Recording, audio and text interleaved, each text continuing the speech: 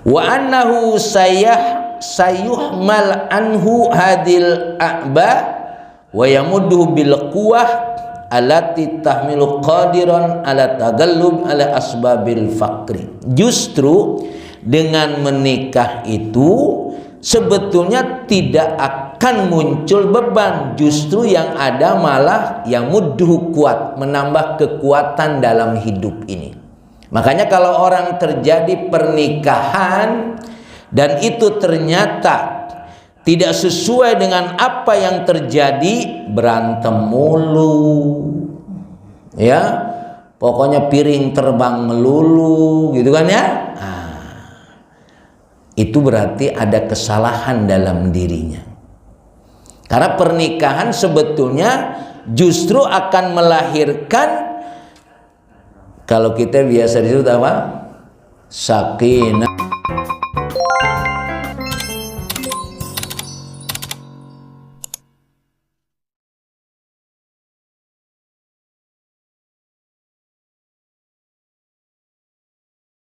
Assalamualaikum warahmatullahi wabarakatuh. Alhamdulillah nahmaduhu wa nasta'inuhu wa nastaghfirullaha min syururi anfusina min sayyiati a'malina may yahdihillahu fala mudilla lahu wa may yudlilhu fala hadiyalah.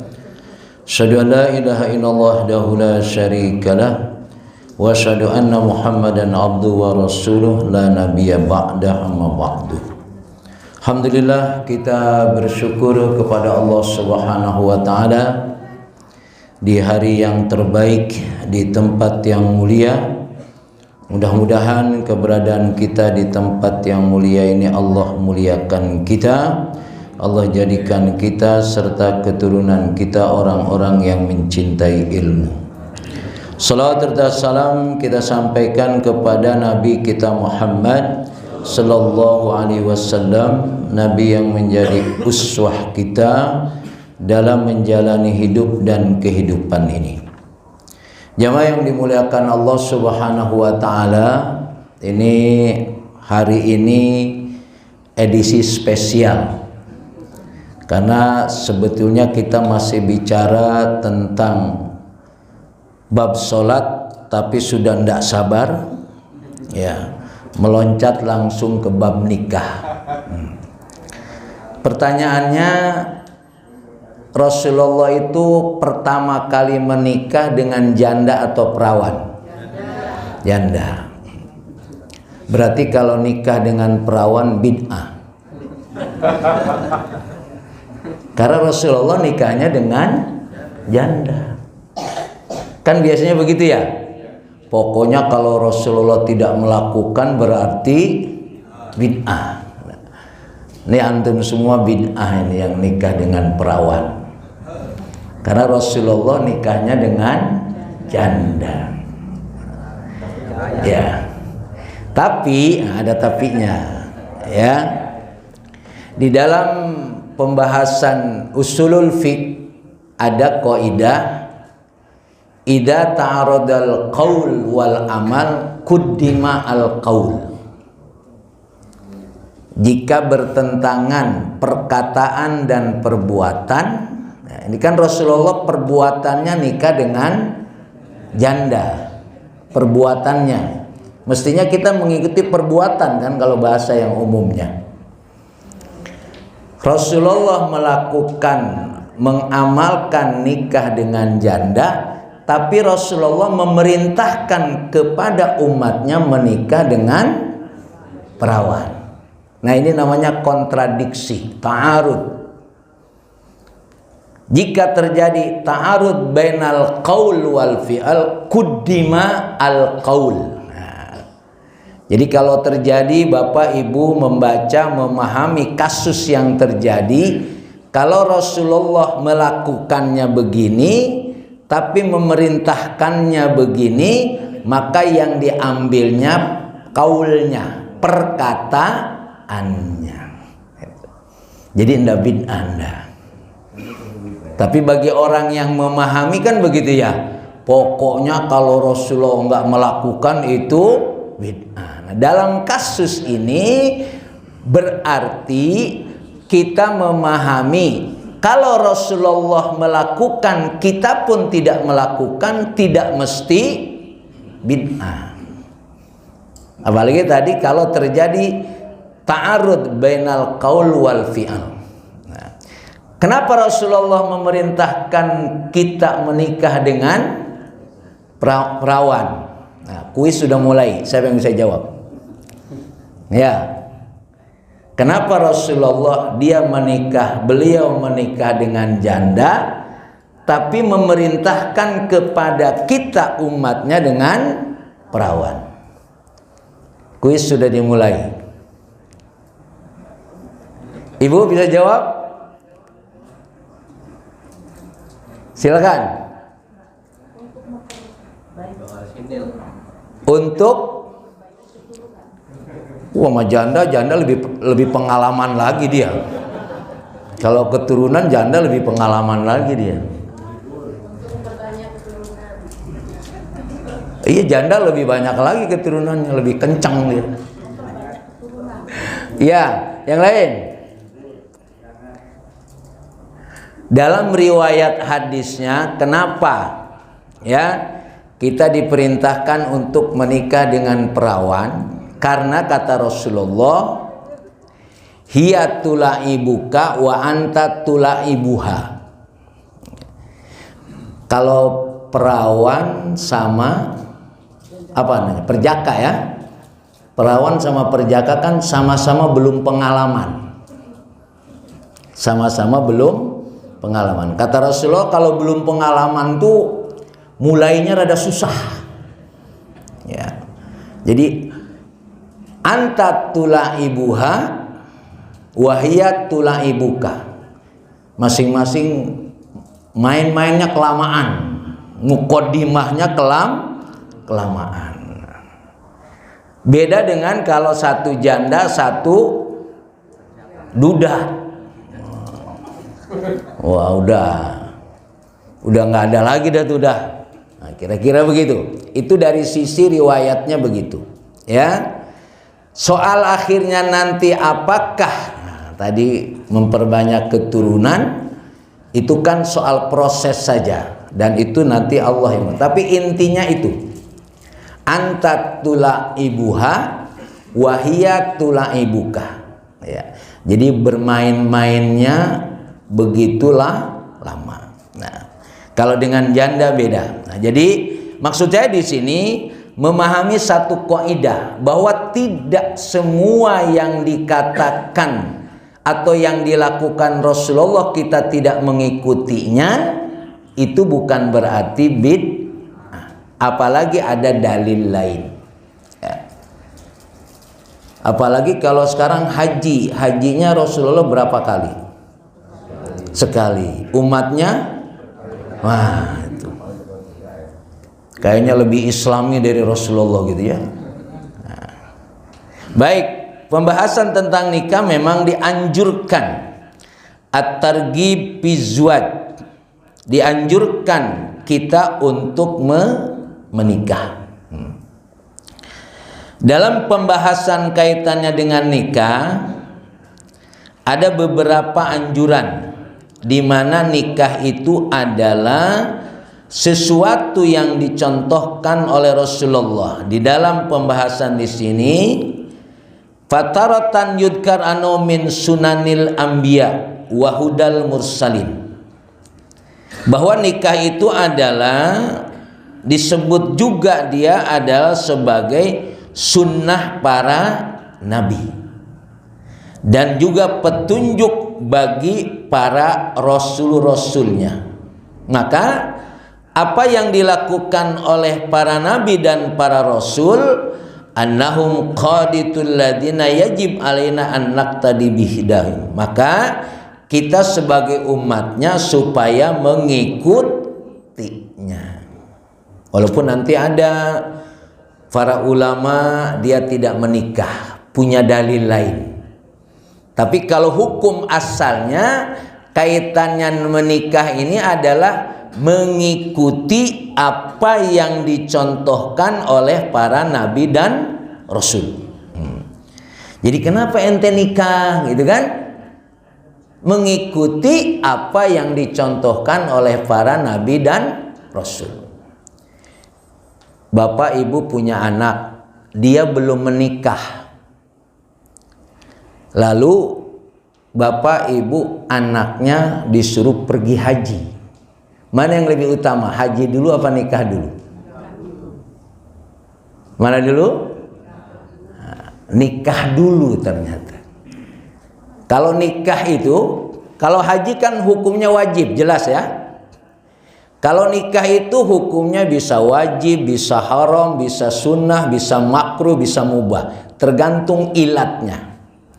Tapi ketika terjadi, saya contohkan tadi, bapak punya anak lalu ingin memberangkatkan haji, ya, padahal dia belum menikah, dikatakan takdimuz zuwad alal hajj. Ternyata mendahulukan nikah lebih utama daripada haji. Kalau memang dia sudah umurnya pantas untuk menikah, bukan berarti baru umur 15 tahun suruh nikah dulu gitu. Ketika memang umurnya sudah pantas untuk haji, maka afdolnya dia menikah terlebih dahulu. Kembali tadi bahwa kenapa kita menikah? Mengikuti apa yang dicontohkan oleh para nabi dan rasul. A'udzubillahi minasyaitonirrajim. Laqad arsalna rusulan min qablika wa ja'alna lahum azwajan wa dzurriyyah. Dan sudah kami utus para rasul sebelum kamu, dan kami jadikan mereka azwaj, mendapatkan pasangan, wa dzurriyyah. Zuwad itu, zaud itu sebetulnya bahasanya yang paling gampang itu adalah pasangan. Kalau pasangan itu sama apa enggak? Pasangan itu enggak sama, beda. Makanya kita menikah itu laki dengan perempuan. Karena sekarang ada nikah laki dengan laki. Yang namanya pasangan tuh beda. Kanan pasangannya kiri. Maka kalau dalam teori bahasa Indonesia itu anonim itu, kalau apa bahasanya anonim itu apa, lawan kata. Karena lawan jadi berantem mulu. Iya, kalau sinonim kan persamaan. Makanya kalau siang bukan lawannya malam. Siang itu pasangannya malam. Kalau pasangan kan jadi indah. Sebagaimana kaki kanan pasangannya kiri, kanan maju, kiri ke belakang. Coba kalau lawan, berantem mulu dia. Nah, makanya kalimatnya zuwad itu, azwaj itu pasangan, pasangan laki-laki dan perempuan. Wataratan yudkarun min muradil imtinan, bahwa kaitannya dengan menikah ini dikatakan juga adalah bagian daripada pujian. Orang menikah itu memang bagian orang yang dipuji. Karena biasanya kalau orang belum menikah, nanti berapa umurnya? 30. Belum menikah ya. Gitu. Tidak dipuji. Ya. Maka dikatakan wallahu ja'ala lakum min anfusikum azwajan wa ja'ala lakum min azwajikum baninan wa hafadatan wa razaqakum minat thayyibat. Dan Allah sudah menjadikan kamu min anfusikum, ya, dari jenis kamu sendiri, yaitu pasangan. Sekali lagi, pasangan di sini harus dipahami bukan sama. Pasangan ini adalah berbeda. Wa yaj'alakum min azwajikum, dan Allah menjadikan darimu pasangan-pasangan kamu, akhirnya apa? Banin. anak, wa hafadha cucu, wa razaqakum minat thayyibat, dan Allah memberikan rizki dari yang baik-baik. Memang ada, bisa jadi pada zaman sekarang ini pun dijelaskan, fayal fit al-islam nadrahu ila anna Allah sayaj'al sabilan ilal ghina. Karena ada orang yang ragu mau menikah, ya, dia takut ternyata menikah itu nanti akan menjadi beban, ya. Bahkan ada orang tua yang begitu bingung karena dia punya anak perempuan, nanti anak saya dibawa suaminya, dibawanya jauh. Ya, maka akhirnya ada syarat, boleh kamu ngawinin anak saya tapi tidak boleh dibawa jauh. Ada begitu, Bu? Ya, emang kenapa? Kalau udah dibawa suaminya biarin gitu kan? Ya, ada memang syarat. Itu sebenarnya syarat tidak syar'i. Ya, itu syarat tidak boleh sebetulnya, bagian dari syarat itu. Maka kalau yang ngerti, ya nggak apa-apa. Begitu sudah menikah, bawa istrinya udah. Ya, karena memang itu sudah menjadi kewajiban suami. Ya. Ini masih ada banyak anak muda nggak ini? Ada ya. Kalau misalkan antum mau nikah nih anak muda, kata calon mertua antum, boleh kamu nikah dengan anak saya, tapi tidak boleh dibawa kemana-mana. Okein aja. Ya. Tapi pas sudah nikah, bawa. Ya. Karena kan istri harus taatnya kepada suami. Ya. Itu menjadi syarat, makanya tidak usah. Ya udah bismillah saja sudah. Kalau memang itu sudah jodohnya. Makanya kan kalau seorang istri tidak mau ikut suaminya karena tugas jauh, istrinya nggak mau ikut, tapi padahal suaminya supaya dia ikut. Kalau dia nggak ikut, boleh tidak memberikan nafkah. Karena kan istri harus taat. Ini yang suka dinas jauh, ya. Kan ada istrinya di mana, suaminya di mana. Ya, tapi ada juga terus udah kalau mau ikut nggak apa-apa, ntar gue nyari lagi di sono. Nah, ya, andaikan terjadi seperti itu, ya, maka suami boleh tidak memberikan nafkah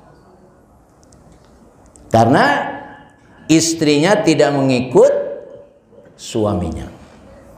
Padahal diantaranya kewajiban istri juga melayani suaminya. Karena istrinya tidak ikut berarti tidak melayaninya, maka dia tidak memberikan nafkah. Ada orang yang qad yataraddad al-mar'u min qabili zuwaj. Ada orang yang ragu mau menikah. Khaufan minan ibtila bitakalifi, karena memang dia takut terbebani dari apa yang akan terjadi ketika nanti sudah menjadi keluarga. Padahal, nah ini dia, ketika seseorang menikah itu fayal fitul Islam nadrohu ila anna Allah sayaj'alu zuwaj sabilan ilal ghina. Justru ketika Islam memerintahkan seseorang untuk menikah, itu jalan menuju kekayaan. Karena ada lagunya itu ya, masak sendiri. Kalau belum menikah kan begitu ya. Justru kalau menikah itu sabil ilal ghina, jalan menuju kekayaan. Wa annahu sayuhmal anhu hadil a'ba wa yamuddu bil quwwah allati tahmilu qadiran ala tagallub ala asbabil faqri. Justru dengan menikah itu sebetulnya tidak akan muncul beban. Justru yang ada malah yang mudhu, kuat, menambah kekuatan dalam hidup ini. Makanya kalau orang terjadi pernikahan dan itu ternyata tidak sesuai dengan apa yang terjadi, berantem mulu, ya, pokoknya piring terbang melulu, gitu kan ya. Itu berarti ada kesalahan dalam dirinya. Karena pernikahan sebetulnya justru akan melahirkan, kalau kita biasa disebut apa? Sakinah, mawaddah, warahmah. Makanya dalam ayat lain, wa min ayatihi an khalaqalakum min anfusikum azwaja litaskunu ilaiha wa ja'ala bainakum mawaddah warahmah. Jadi pernikahan itu adalah bagian dari ayat-ayat Allah, di mana manusia menikah itu dalam rangka menggapai mawaddah warahmah, bukan terjadinya musibah. Bahkan tadi justru dengan menikah itu akan mendapatkan kekayaan. Iyakunu fuqara yughniyahumullahu min fadlih wallahu wasi'un alim. Kalau mereka yang menikah itu posisinya fuqara, yughnihumullahu min fadlih, Allah akan memberikan kekayaan. Sebetulnya nyari istri atau nyari suami itu yang kaya apa yang miskin? Yang kaya ya? Kata siapa? Ibu pengen nyari yang kaya, kata siapa? Rasul mengajarkan begitu memang. Tunkahul mar'atu li arba'in, limaliha, wali nasabiha, wali jamaliha, wali diniha. Fadfar bidzatidin taribat yadaka. Kata Rasul, ya, cuma bahasanya yang milih sama yang dipilih, ya. Yang milih laki apa perempuan? Laki. Perempuan tidak boleh milih? Nah, ya. Ini kadang-kadang kalau ada ibu punya anak perempuan, ada seorang laki-laki yang kaya, soleh, ganteng, ya, lengkap nih, udah kaya, soleh, ganteng. Ibu anak perempuan boleh datang. Bahasanya bukan melamar.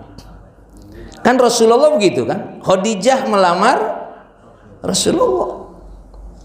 Jadi jangan nungguin mudah-mudahan dia jadi mantu saya gitu ya. Ya kagak datang. Ya, datengin. Ya. Memang kalau dalam riwayat Rasul tunkahul mar'atu li arba'in, karena memang yang memilih itu laki-laki. Kata Rasulullah, kalau memilih perempuan mau menikah itu 4. 5 liha, yang disebutin hartanya dulu. 5 liha, yang kedua wali nasabiha, keturunannya. Ini dulu bapaknya koruptor apa bukan gitu ya. Ini bapaknya dulu pembohong apa bukan gitu. Ya, harus dipilih tuh. Ya. Baru wali jamaliha, cantiknya. Yang keempat wali diniha, agamanya. Kenapa agama ditaruh pada posisi yang keempat di sini? Bukan yang pertama.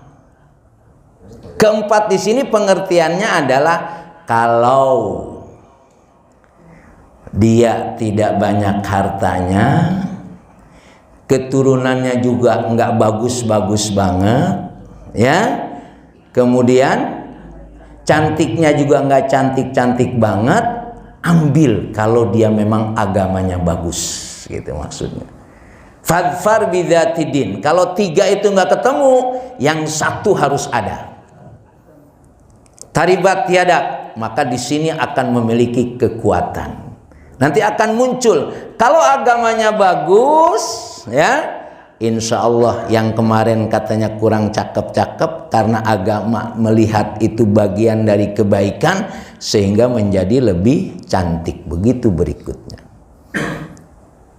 Jadi susunannya memang 5 lihat.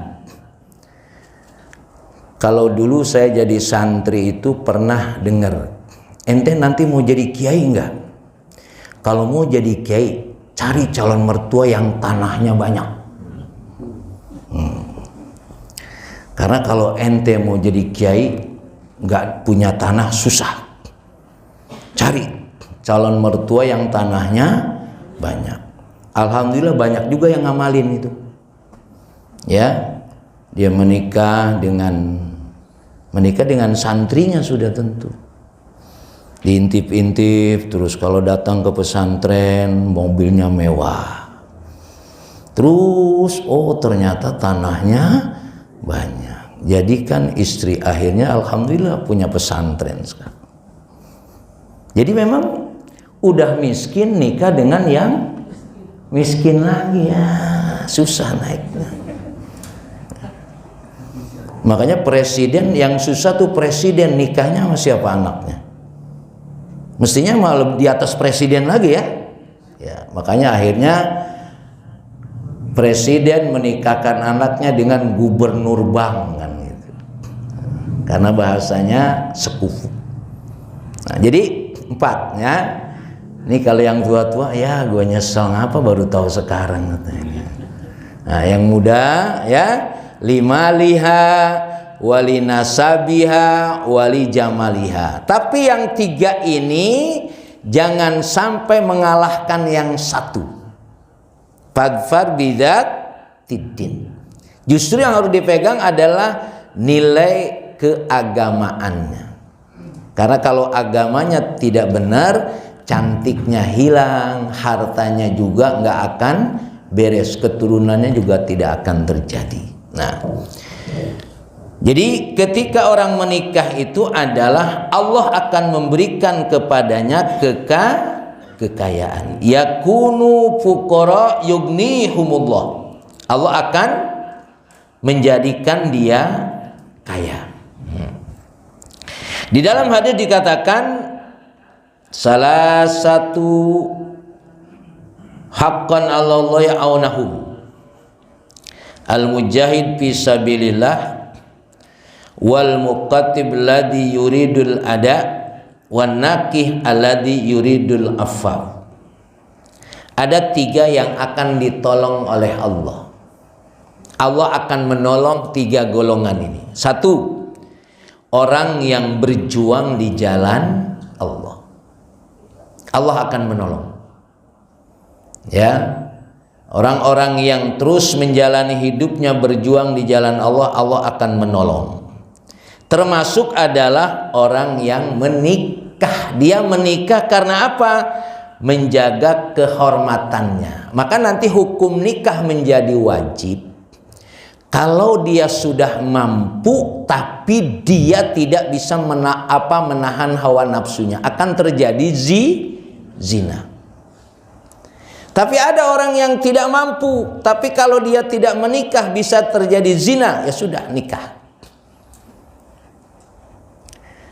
Dulu waktu bapak nih, bu, suami ibu waktu ibu nikah dengan suami ibu yang udah punya apa dulu? Belum punya apa-apa ya. Tapi sekarang alhamdulillah karena ditolong oleh Allah. Satu hari ada perempuan datang ke Rasulullah. Ini kalau sekarang rasanya udah nggak ketemu sih. Seseorang datang, ya Rasulullah, jadikanlah saya istri.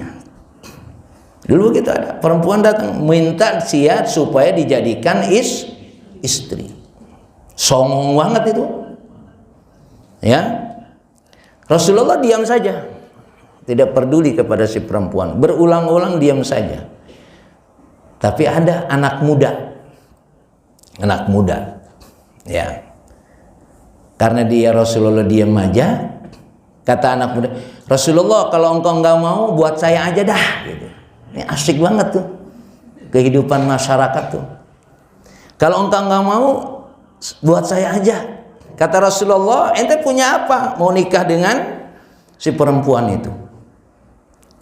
Saya nggak punya apa-apa ya Rasulullah. Nah kalau gitu ente pulang ke rumah coba. Cari di rumah, ente punya apa? Buat apa? Buat mahar.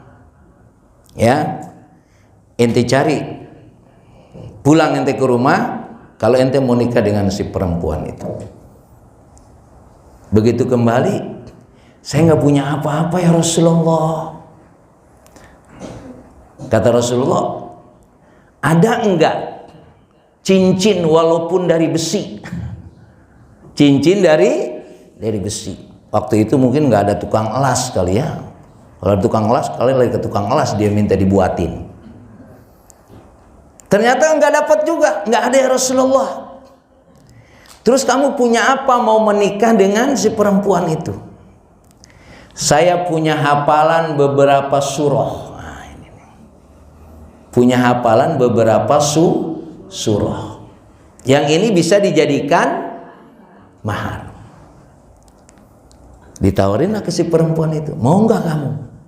Maharnya beberapa surah. Ternyata si perempuan itu mau. Kalau sekarang makan tuh surah. Ya, ternyata si perempuan mau itu. Jadi masya Allah, kalau orang dulu walaupun dia miskin tapi tetap beberapa hafalan ayat-ayat surah Quran dia hafal, masya Allah. Hartanya nggak punya, tapi dalam benak pikirannya itu dia punya hafalan surah. Kalau sekarang beda, duitnya banyak, baca Qurannya kagak bisa. Waktu itu ditawarkanlah, mau nggak kamu menikah dengan si laki-laki ini dengan maharnya beberapa hafalan surah? Mau dia, masya Allah. Tapi anak muda jangan nyari ini, besok gue itu aja dandan, jangan. Tetap nyari duit yang banyak. Artinya, walaupun ada pendapat mengatakan yang namanya mahar itu adalah bisa dimanfaatkan dalam hidupnya. Bu, ibu maharnya masih ada nggak yang dulu dari suaminya, Bu? Udah dijual. Orang utangnya banyak, suami saya misalnya waktu itu. Ya, nah kalau itu diberikan, itu mahar menjadi hak istri. Awas, bukan hak mertua. Ini sebabnya ada orang begitu maharnya dikasih sama suaminya, diambil sama kedua orang tuanya. Jadi mahar itu hak istri. Yang nentukan mahar siapa? Ketika antum mau nikah, yang menentukan mahar siapa? Istri, sebetulnya calon istri. Secara apa? Aturannya begitu. Cuma kita sudah tidak lagi menggunakan itu. Pokoknya apa yang diberikan mahar oleh suami oke saja. Tapi sebetulnya mahar itu boleh ditentukan oleh istri. Bahkan ada seorang suami yang miskin sebut saja, dan dia kebetulan calon mertuanya demen sama anak muda itu, dan dia orang kaya. Dan kalau dia memberikan mahar, maharnya yang sedikit, maka calon mertuanya nggak mau. Akhirnya maharnya dikasih oleh calon mertuanya. Boleh nggak? Kan nggak enak begitu disebut, saya nikahkan kamu dengan putri saya, maharnya sendal jepit misalnya. Ya memang punya itu saja. Akhirnya mertuanya yang memberikan mahar itu kepada calon suaminya. Boleh. Karena mahar itu pada masyarakat tertentu kan jadi ukuran ya. Ya, makanya katanya di orang-orang Arab tuh maharnya mahal. Makanya akhirnya pada nikah di Bogor sono. Ya, di Bogor nih maharnya murah. Ya, kembali bahwa menikah itu adalah akhirnya Allah akan memberikan kekayaan. Sampai tadi Allah akan menolong orang anakih alladzi yuridul afaf. Kalau dia memang belum banyak hartanya, belum mampu, nah makanya boleh dibantu, Pak. Ya, boleh dibantu maharnya. Dan Allah memang aunilah, Allah akan menolong orang yang mau menikah tadi. Karena ada orang yang memang menjaga diri. Memang sih ada jalan lain. Kalau memang dia belum sanggup menikah karena secara materi dan lain sebagainya, dan dia takut melakukan zina, maka dia boleh harus puasa. Ya, puasa mulu. Ya kan ya, kira-kira ya. Nah, maka harus dibantu Pak RW, Pak RT, supaya kalau ada anak muda kelihatannya udah cukup belum nikah-nikah, supaya dicarikan. Bahkan ada riwayat lain, andaikan umur saya 10 hari lagi dan saya mau mati, saya tetap harus nikah. Ini yang duda-duda ini, ya, yang duda-duda ini, ya. Kalau yang janda biasanya ibu-ibu lebih tahan, ya. Kalau duda mestinya apalagi baru umur 50 tahun nikah lagi lah, cari lagi, ya. Karena dalam kitab Uqudulujan itu, nikah ini kan ibadah sepanjang masa. Kalau sholat cuma 10 menit selesai sudah, ya, sah dan tidak sah, diterima atau tidak diterima. Tapi kalau nikah sepanjang hidup. Makanya dalam kitab Uqudulujan, kalau seorang suami memandang istrinya, lalu istrinya memegang tangan suaminya dan suaminya memegang tangan istrinya, berguguranlah dosa-dosanya. Itu baru dipegang tangannya doang tuh. Iya, dosanya sudah berguguran. Itu ada kitab sama Uqudulujan namanya. Ya, itu menjelaskan tentang bagaimana hidup berumah tangga penuh dengan apa? Dengan pahala, penuh dengan kebaikan. Ya, ini waktunya sudah habis. Ya, baru sampai pada pernikahan seperti itu. Ya, mudah-mudahan tadi kalau bahasanya ini belum pada bab nikah yang kedua belum. Iya, baru yang ke-1 aja ini. Makanya kalau nikah yang pertama itu hukumnya tadi kan haram, wajib, sunnah, makruh, mubah. Kalau yang kedua, nah, itu tidak ada pembahasan secara detail, ya. Tapi bagaimanapun ketika seseorang, dan katakan tadi kalau nikah berarti tadinya miskin jadi kaya. Nikah yang pertama miskin jadi kaya. Kalau nikah yang kedua berarti lebih kaya lagi, kan logikanya begitu.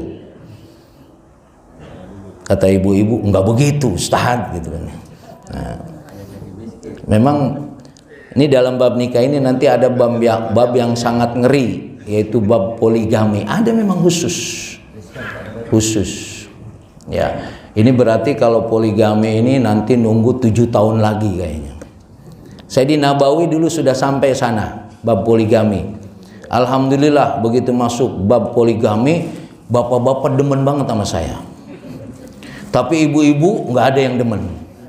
Ya, saya kira ini jadi kesimpulannya, pernikahan ini diperintahkan oleh Allah dan dia adalah bagian dari ibadah dan ibadahnya sepanjang masa. Ya, maka jangan sampai kalaupun terjadi yang namanya keluarga, ya bisa jadi Umar itu konon Umar istrinya ngomel mulu. Khalifah Umar bin Khattab.